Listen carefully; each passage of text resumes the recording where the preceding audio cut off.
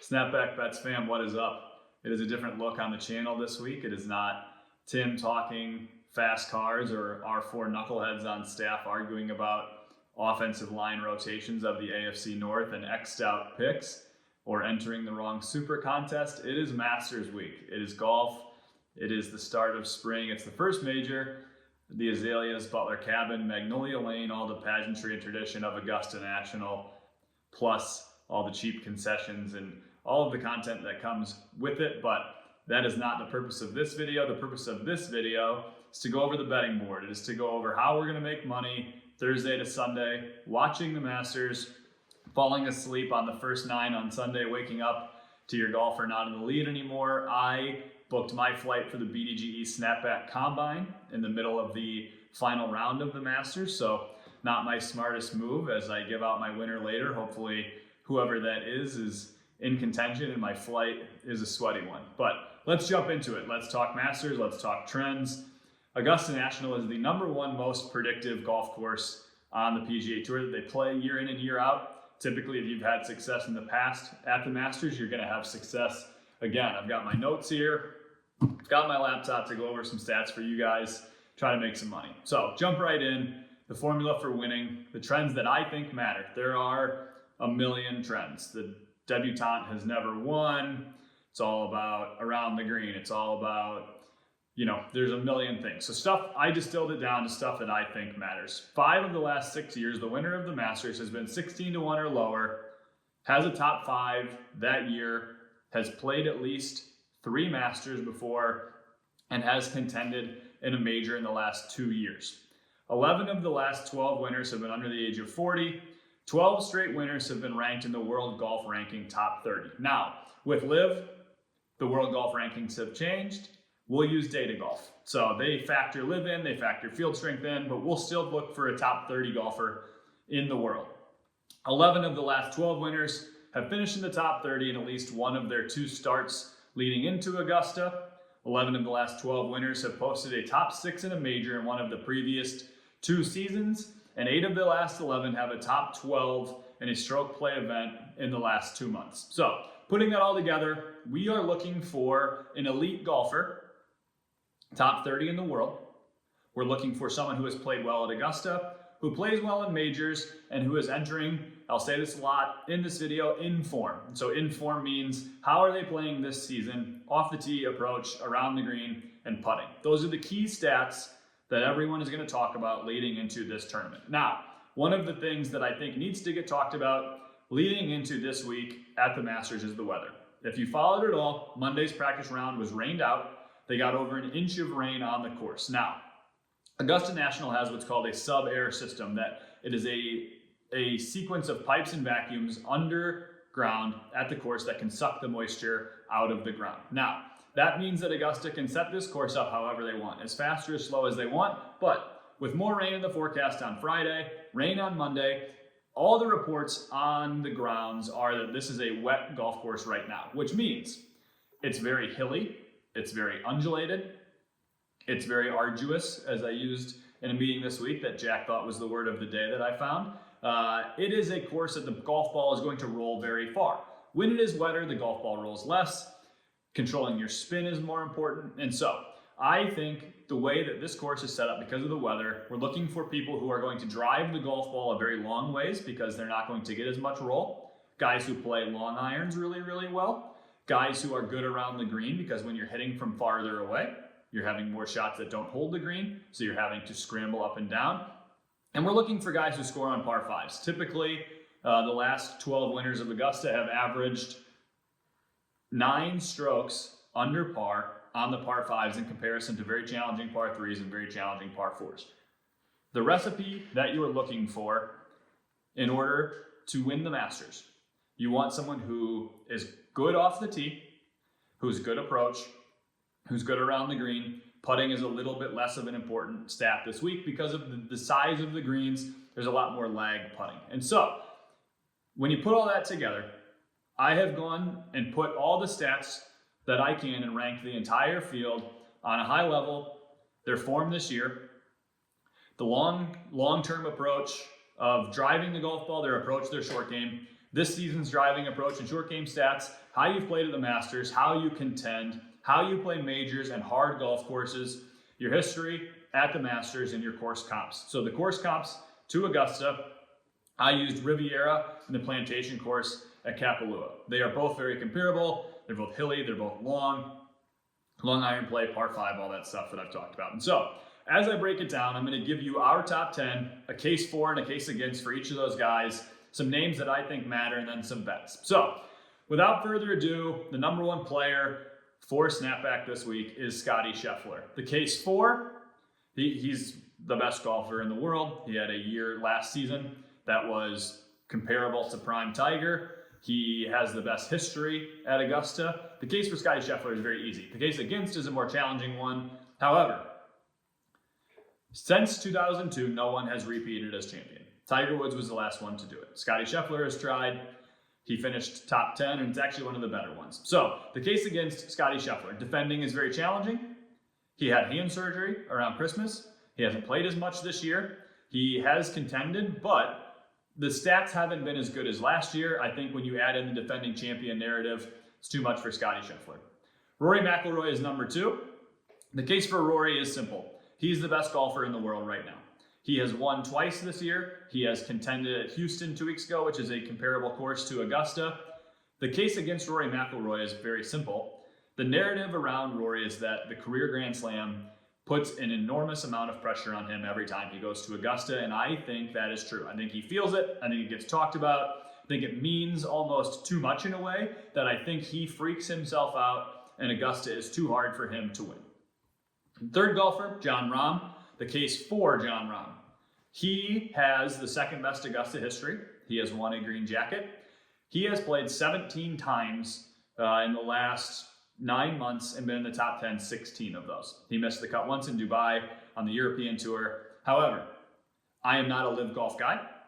I think live golf is kind of a joke of a competition. I think finishing in the top 5 at live is a baseline for Jon Rahm. The fields are smaller, the players are worse. He should theoretically be winning more than he is. And so, the case for Jon Rahm is simple. He is great at Augusta. He is contending every week.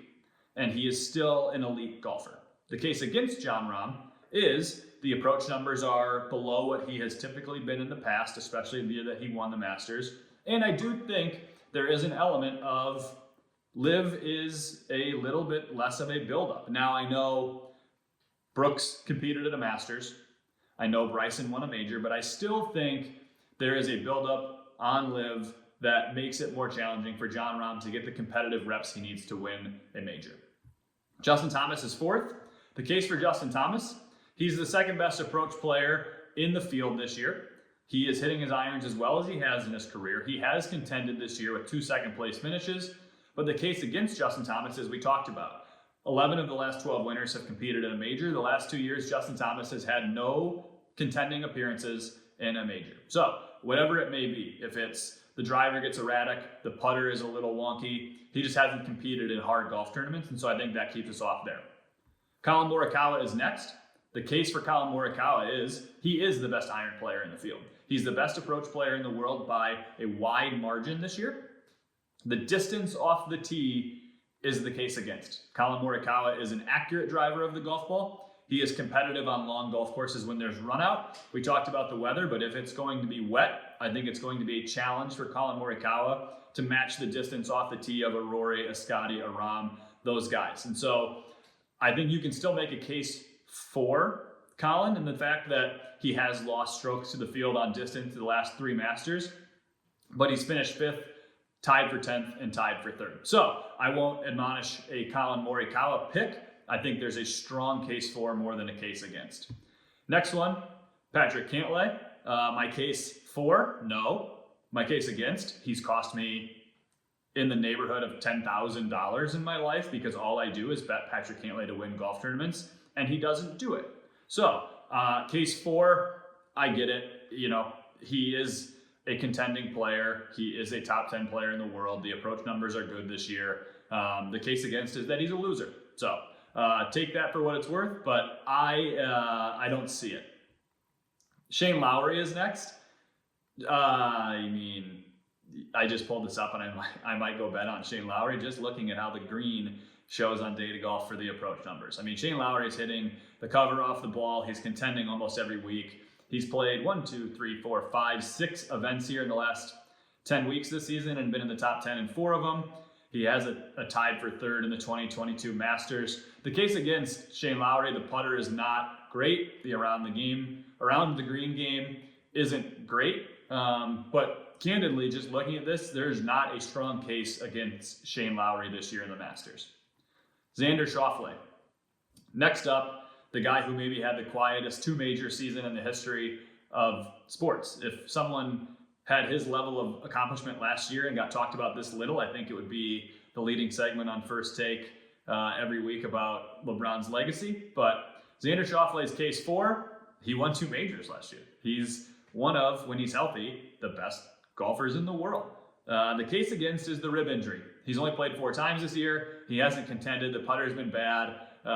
It's hard to find your game at Augusta and coming off a rib injury. I don't see it. Hideki is next. The case 4 is the Augusta history. He is a green jacket winner. He contends here year in and year out, tied for 14th, tied for 16th, tied for 13th. I said he won it. The case against is honestly the stats have fallen off a cliff. After he won the Century at Kapalua, the approach numbers, he's actually lost to the field 5 times this season alone. The approach numbers are not there for Hideki. That's his calling card. It's not happening. 10th guy, last one we'll do a deep dive into is Joaquin Niemann. And so the LIV conversation is an interesting one. How hard is it to win on LIV? For Joaquin Niemann, it's not at all. He's won twice this year.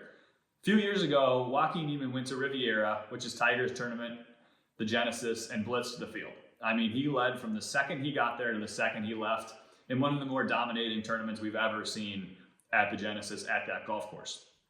Joaquin Niemann is one of the best young golfers in the world. The case 4 is simple. He hits it well over the field on distance. He hits it straight. He's outstanding with the irons. He putts it incredibly well. The recipe is there to win golf tournaments. So for whatever reason, I'll make the case against is that he's never contended in a major in his career. He has never contended at Augusta. It's been an interesting one that Joaquin Niemann is very talented, but is the stage too big for him in a major? I'm going to continue to subscribe to that until I see differently. I don't think he contends this year. He hasn't contended yet. I just don't think he turns it on. I don't know what it is about the majors and the Masters that is a mental block for him, but I don't see it. So that's the top 10. I know there's some names we're missing. Where's Ludwig? 11th. The approach numbers this year have been brutal. Where's Bryson? The case for Bryson is that you know what you're getting. He's going to hit it a mile, and that's all he's going to do. And so last year, let's call it the best case scenario for Bryson DeChambeau. Let's say he led the field in strokes off the tee to the degree that he was 2 strokes better than everyone off the tee last year at the Masters. All that got him was he didn't even finish in the top 5. So I don't think Bryson has the all-around game for the Masters. I think he has to win a golf tournament like last year that the winner's at -4, -5. I think he's making par on hard holes that guys are making bogey, and it's not here. Brooks, the driver is erratic. The putter's not good. He's switching drivers on the driving range. He doesn't seem like a guy right now that is ready to contend. And then the last one, I think, along the lines of a Colin Morikawa is Russell Henley, who he's going to be on the U.S. Ryder Cup team. He won the Arnold Palmer. He's contended 4 times this year. The approach numbers are great. He's gaining strokes to the field in every facet, but he doesn't hit it far enough to win this week. I think the wet golf course stops Russell Henley. I think he is going to contend at places that are a little bit shorter than Augusta. So I put all that on your plate to digest some information, to talk through things. There are some longer shots I'll talk about, but right now, who do I think is going to win the golf tournament? And so I said it at the start, it's been a little easier to pick the winner at the Masters if you can block out the allure of the long shot and I want to be on this guy and I want to make a lot of money. The winner typically comes 16-1 or lower, a top 30 golfer in the world who's in form this year, who scores on par 5s. When you look at all of those things, there's 4 guys I think can win this golf tournament. Scottie Scheffler, Rory McIlroy, Colin Morikawa, and Jon Rahm. Now, Scottie Scheffler, defending champion, it's just very, very challenging to do, so I'll throw him out. So it's Rory, it's Colin, it's Rahm. I think the pressure of the career Grand Slam gets to Rory. I think Colin Morikawa really struggles closing out golf tournaments. And I watched Jon Rahm's press conference, and they asked him, if you stopped right now, what do you think your legacy in the game of golf is? And they asked him, oh, I know the world golf rankings say you're not even in the top 100, but like, where do you see yourself in the game of golf? He talked about, I think I'm still a top 10 player in the world. I won't say the number. If my legacy stopped right now, I would think it's a good one. I think there's enough fuel for Jon Rahm. I think we've seen live guys contend. I think Jon Rahm wears his second green jacket. Scotty Scheffler won it. Jon Rahm won it. Scotty Scheffler won it. I think we follow the pattern. The best number right now is 16-1. I found it on Pickett. I think Jon Rahm is going to wear the green jacket on Sunday. So if you are not wanting to just bet outright, I've got 3 names for you that are playing incredibly well this year. The long irons are great. They score on par 5s. Robert McIntyre has contended twice this year. Plus 900 for a top 5, plus 400 for a top 10, plus 150 at a top 20. He plays left-handed. Bubba has won it. Mike Weir has won it. The shape of the golf ball for left-handers at Augusta is just something that's really visually appealing. I think Robert McIntyre could contend. Next one I think could contend, Sepp Straka. If this tournament was a month ago, Sepp Straka his odds would be cut in half. He won already this year. He contended already this year. He played in the Ryder Cup. We see that jump when you get around other elite players where you take your game to the next level. Sepp Straka is doing that right now. He's gotten better every year. He's played the Masters. He was in the mix a little bit last year, finished in the top 20.